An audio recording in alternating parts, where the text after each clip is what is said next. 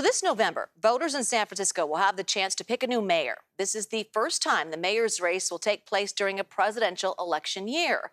Wilson Walker has more on what that means for voter turnout and how it could actually swing the results.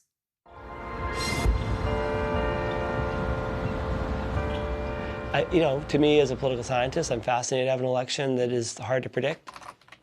There's some predictions about what might happen in terms of voter turnout, but ultimately it's an experiment.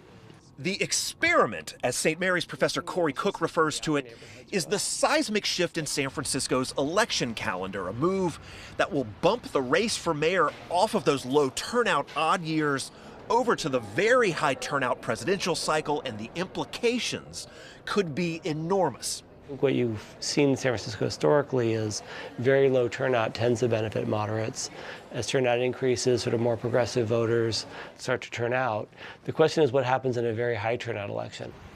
So we're going to see, probably 85% turnout of San Franciscans voting for their mayor instead of what we usually get, which is in the low 40s. So it's Progressive Supervisor Dean Preston, not just an enthusiastic fan of the consolidated elections, he put the issue on the ballot, where voters loved the idea as well, passing with 71% of the vote. Even people who have disagreements from the more progressive to the more moderate end of the spectrum agreed on Prop H.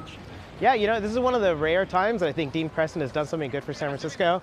GROW SF Director Sachin Argawal, also a big supporter of the election move.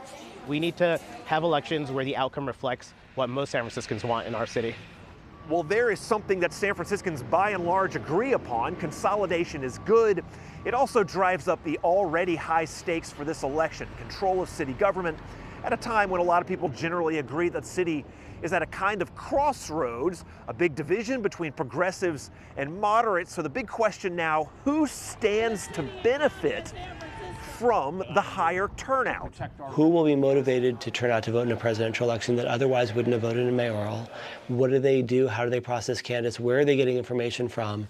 It is a hot question among political scientists, and it's something people in the city see unfolding in different ways. Progressives are encouraged by the general rule of more votes, more blue.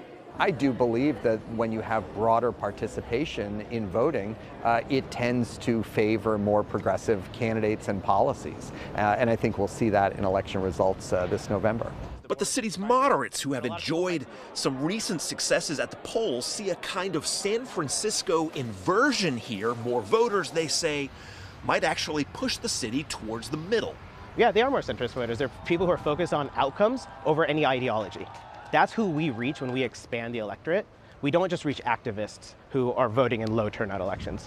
So the potential turnout effect is something people disagree on, despite some consensus on the gravity of the vote and the virtues of greater participation. Yeah, this is going to be the most important election in modern history for San Francisco.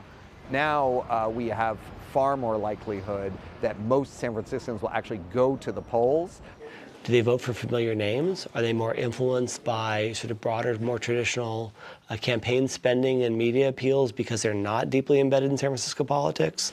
And turnout is only one part of the larger equation, which still has any number of variables left to be revealed. What is the mood of the electorate, and what is this electoral field? Who are the mayoral candidates? Who are the progressives in the race? Who are the moderates in the race? There's a long way to go between now and November. Progressives had a rough night on March 5th. They pointed to low turnout as a reason for that. A high turnout election in November really might tell us a lot about where the city sits politically, especially with the winds seeming to have shifted in the last several years. As for the questions we don't have answers to yet, the field of candidates, we will not even know who is running for mayor until sometime in June. Mayor London Breed was elected in 2019. The county elections department says turnout that year was 42%. For the 2020 presidential election, turnout was more than twice that at 86%.